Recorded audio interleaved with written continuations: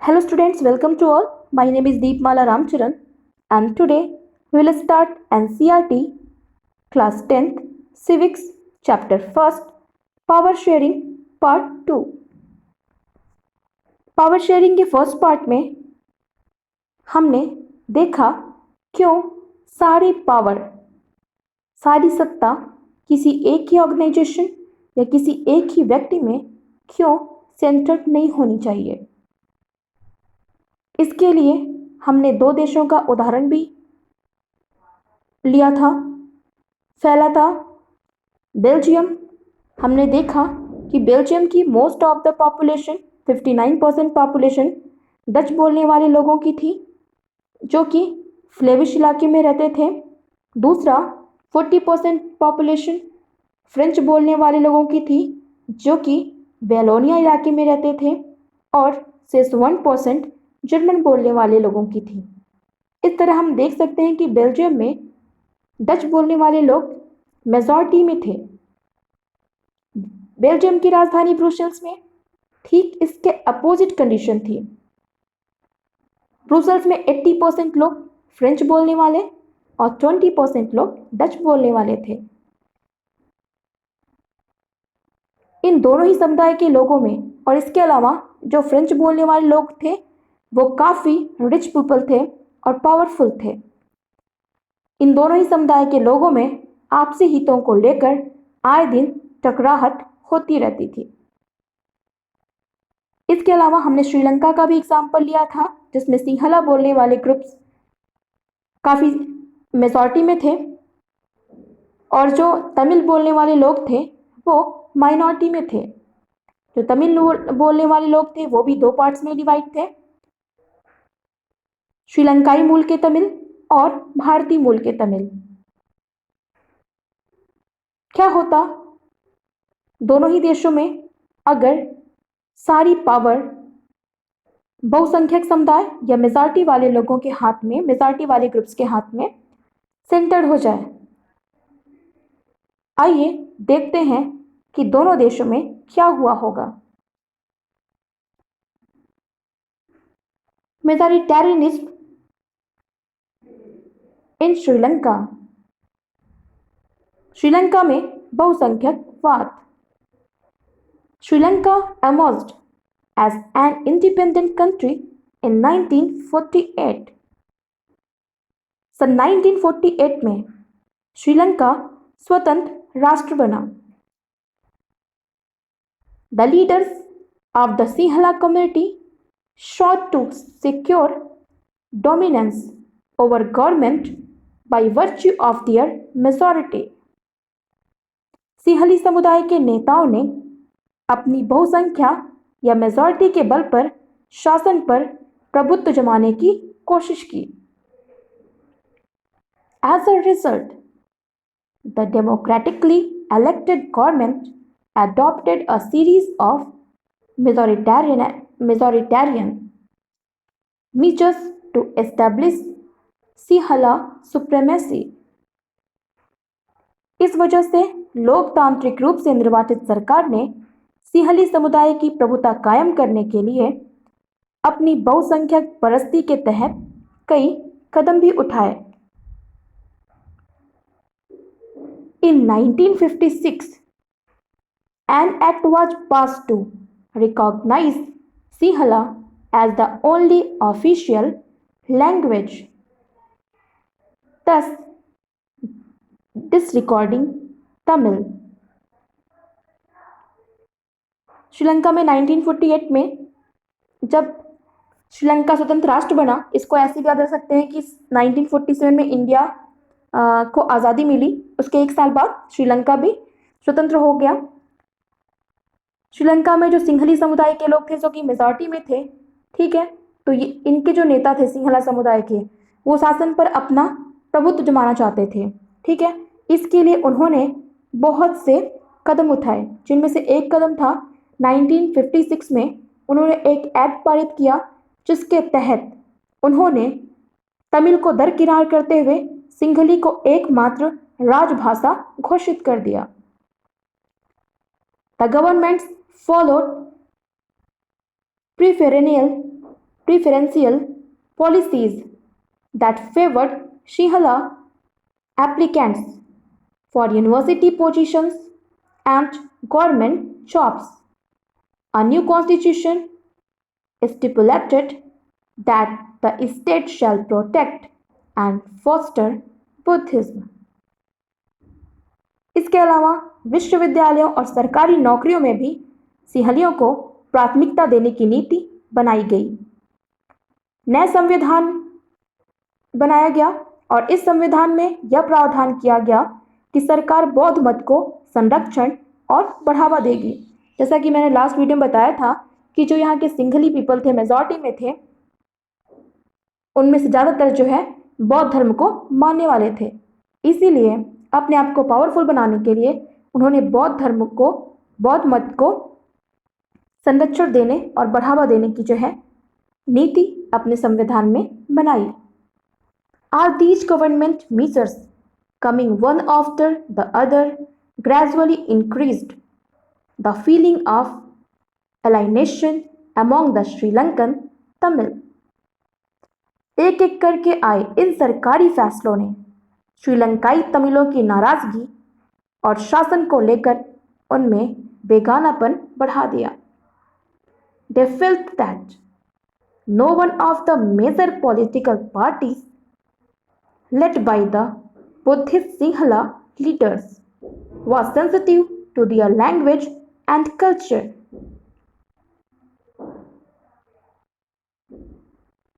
उन्हें लगा कि बौद्ध धर्मावलंबी सिंहलियों के नेतृत्व वाली सारी राजनीतिक पार्टियां उनकी भाषा और संस्कृति को लेकर असंवेदनशील है।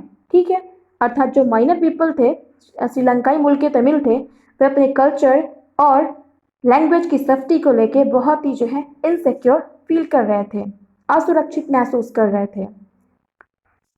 They felt that the constitution and government policies denied them equal political rights, discriminated against them in getting jobs and other opportunities, and ignored their interest. As a result, the relation between the Sinhala and Tamil communities strengthened over time. जो minor people थे, तमिल श्रीलंकाई समूह के थे,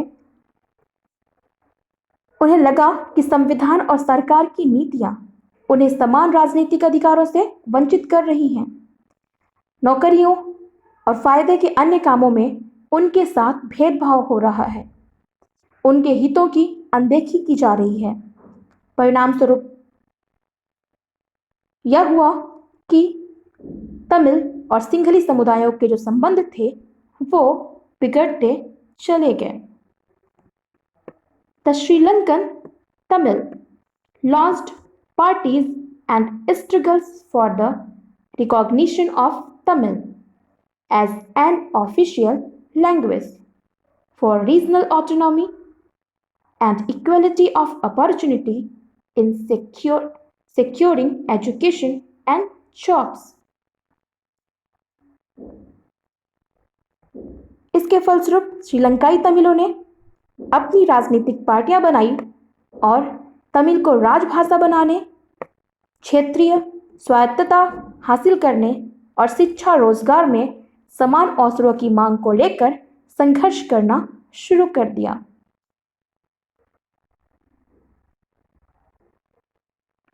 But their demand for more autonomy to provinces populated by the Tamil was repeatedly denied by 18th century.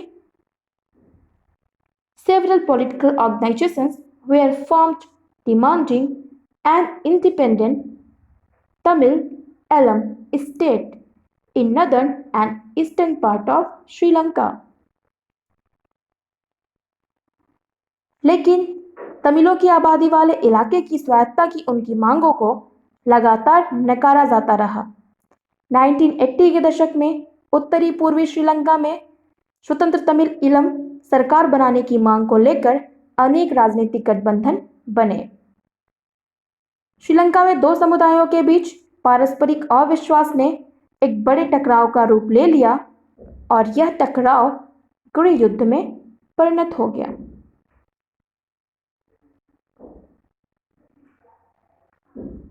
As a result, thousands of people of both the communities have been killed.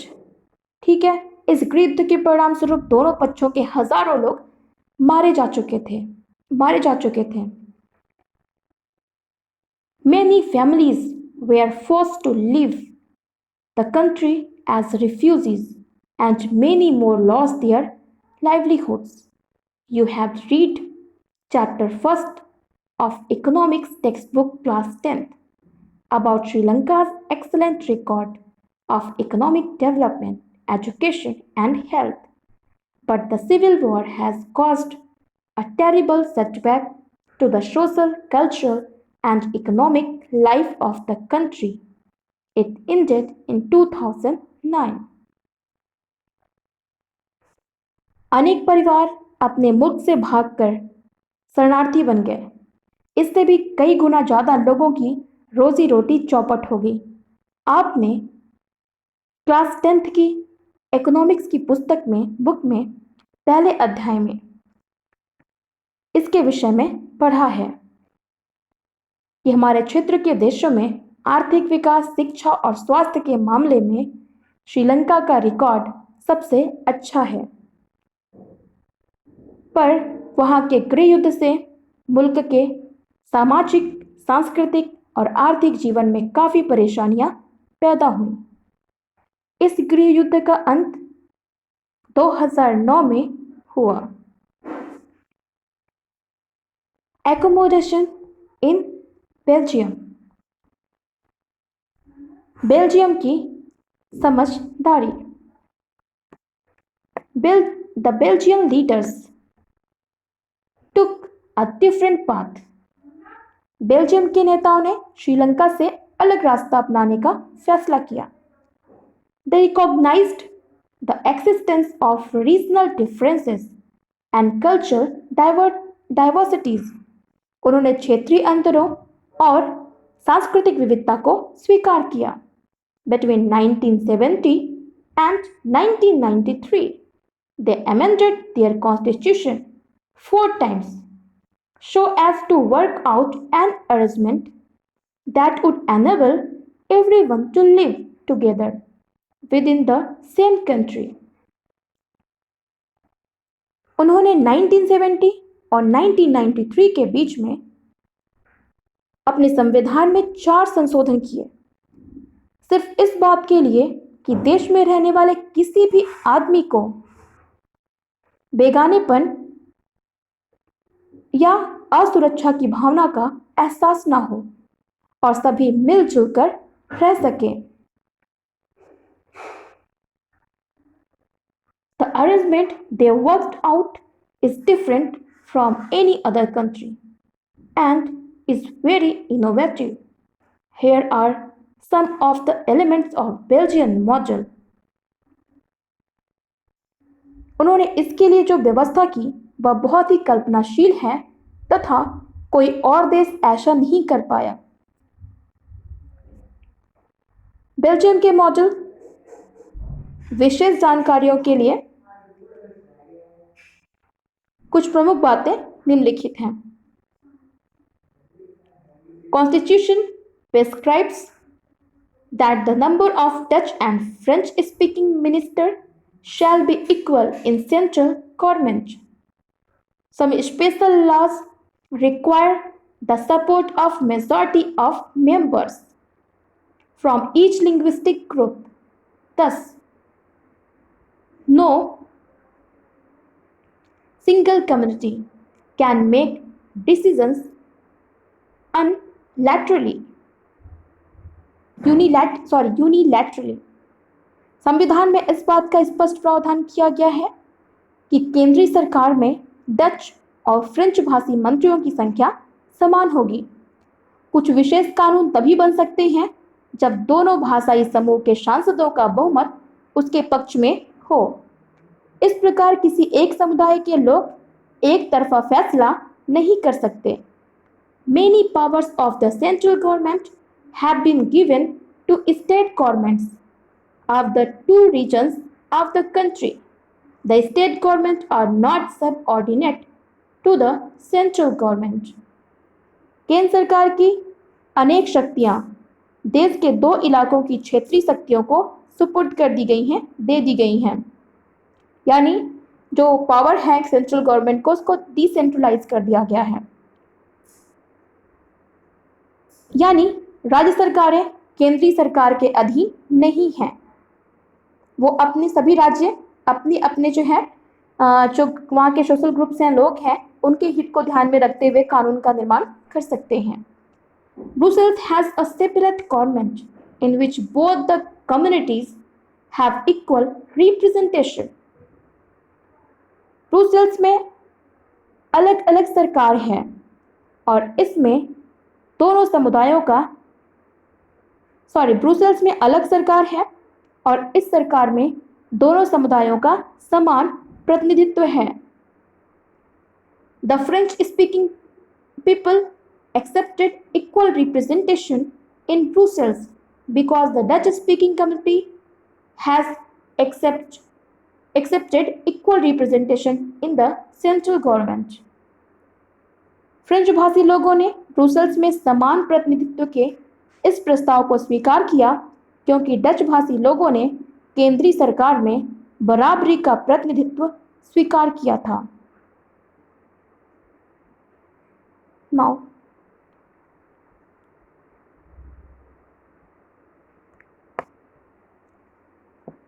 apart from the central and the state government, there is a third kind of government.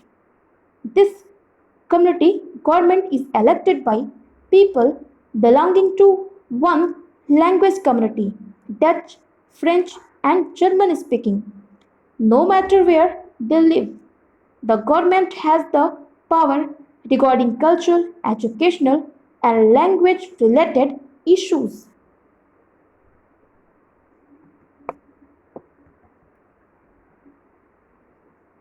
इसके अलावा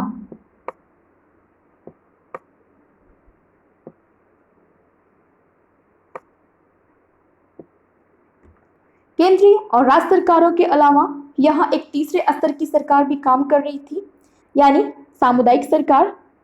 इस सरकार का चुनाव एक ही भाषा बोलने वाले लोग करते हैं। डच, फ्रेंच और जर्मन बोलने वाले समुदाय के लोग, चाहे वे जहां भी रहते हों, इस सामुदायिक सरकार को चुनते हैं। इस सरकार को संस्कृति, शिक्षा और भाषा जैसे मामलों पर फैसले लेने का अधिकार है।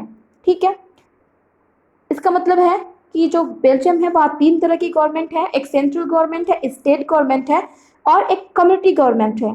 ठीक है, कम्युनिटी गवर्नमेंट जो है अपनी अपनी कम्युनिटी, चाहे वो डच कम्युनिटी हो, चाहे वो फ्रेंच कम्युनिटी हो और जर्मन कम्युनिटी हो, अलग अलग कम्युनिटीज़ का जो है रिप्रेजेंटेशन करती है। ठीक है, और डच बोलने वाले लोग, चाहे वो वेलोनिया के हों या फ्लैमिश इलाके के हों, वो उस डच जो उनकी कम्युनिटी की सरकार है उसको वो इलेक्ट करते हैं और पूरे बेल्जियम के जो फ्रेंच लोग हैं वो फ्रेंच कम्युनिटी की सरकार को इलेक्ट करते हैं। ठीक है, जो पूरे डच जर्मन कम्युनिटी के लोग हैं वो बेल्जियम की जर्मन कम्युनिटी की सरकार को इलेक्ट करते हैं। ठीक है, और जो ये कम्युनिटी गवर्नमेंट होती है, ठीक है, किसी पर्टिकुलर कम्युनिटी की, वो अपने जो है कम्युनिटी के संस्कृत, शिक्षा और भाषा जैसे मसलों पर अधिकार लेने के लिए जो है, फैसले लेने के लिए पूरी तरह स्वतंत्र है।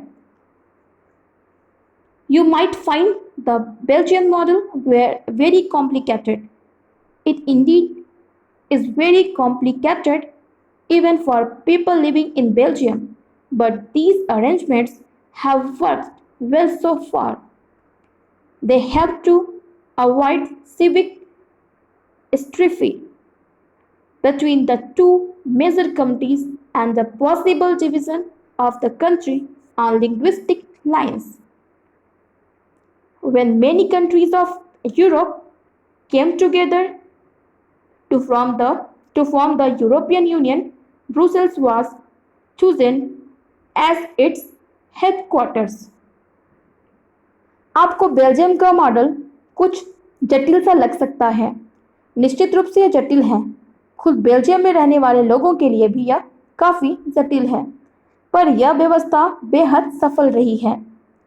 इससे देश में गृह युद्ध की आशंकाओं पर विराम लग गया, वरना गृह युद्ध की स्थिति में बेल्जियम भाषा के आधार पर दो टुकड़ों में बट गया होता।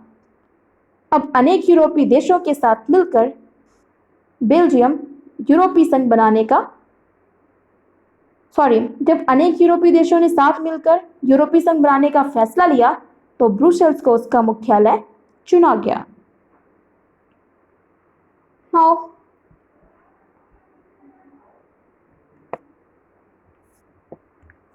read any newspaper for 1 week and make clipping of news related to ongoing conflicts or wars. कोई एक अखबार पूरे हफ्ते भर पढ़ें और फिर युद्धों और लड़ाइयों की खबरों की कटिंग्स जमा करें। A group of 5 students could pull their clipping together and do the following. 5 छात्रों के दो समूह एक साथ यह काम कर सकते हैं। फिर दोनों समूह अपनी सारी कटिंग्स को एक साथ मिलाकर कुछ इस तरह से काम कर सकते हैं।